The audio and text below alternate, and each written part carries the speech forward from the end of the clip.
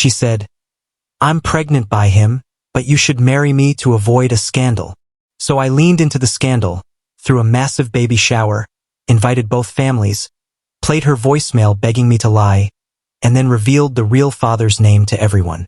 I'm a 28-year-old guy, and I was planning to propose to my girlfriend, Bianca, 26, when she dropped an atomic bomb on our relationship.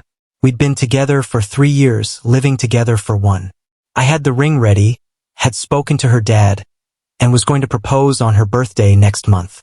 But then, last Tuesday, she came home from a girls' night out looking completely wrecked, makeup smeared, eyes red, and unable to meet my gaze. Rough night? Too much wine? I asked cautiously. She exhaled shakily and said the dreaded words, "We need to talk." Those words are never good. She sat me down, her hands trembling. I'm pregnant. My mind went blank for a moment. Okay. We talked about waiting until after marriage, but it's not yours. Those 4 words hit me like a freight train.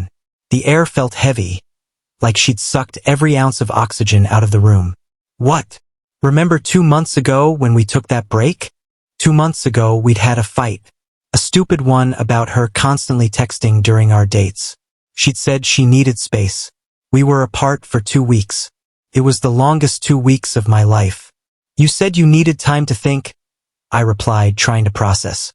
I ran into Theo, she whispered. Theo, her ex from college. The guy she'd once called the love of her life, before he cheated on her. The one she swore she was completely over. We had drinks. One thing led to another. During our break? I asked, stunned. Yes. We weren't together. We were on a break, not broken up. There's a difference. I stared at her, struggling to speak. I know. I'm sorry. But listen. How far along? 8 weeks. The math checked out.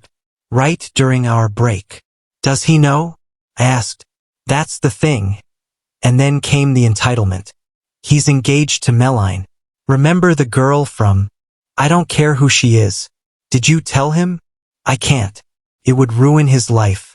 Their wedding is in 4 months. So, I have a solution. I should have walked out right then, but I needed to hear this insanity. You marry me. Quick ceremony.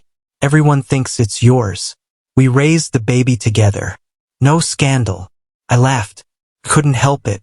I actually laughed. You're serious? Think about it. We were planning to get married anyway. This just moves up the timeline. And I raise another man's child? You'd be the father. Biology doesn't matter.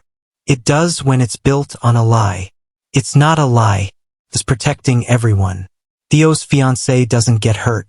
His life isn't ruined. The baby has a stable home. And I'm the idiot who makes it all possible? You're not an idiot. You're being noble, mature. This is what real men do. The manipulation was staggering. Real men raise other men's babies after being cheated on? What if I say no? Then I'm a single mom. My parents will disown me. You know how traditional they are. And your family loves me. Think how disappointed they'll be in you. They'll blame you for abandoning me. I'm not abandoning anyone. You made these choices. She burst into tears, big, dramatic ones. Please, I made one mistake.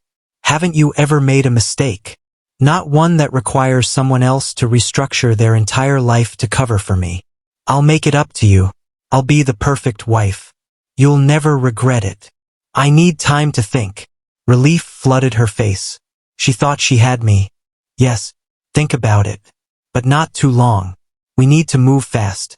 Morning sickness is starting, and people will notice soon. That night, she acted like everything was normal. She cooked my favorite dinner, touched my arm constantly, and talked about venues for our surprise wedding. I smiled, nodded, and started planning. But not the wedding she thought. Update 1. 3 days later, Bianca went full wedding planner. It was like she'd already won. She showed me her laptop. I found the perfect venue. Small, intimate, available next Saturday. Next Saturday? That's 9 days away.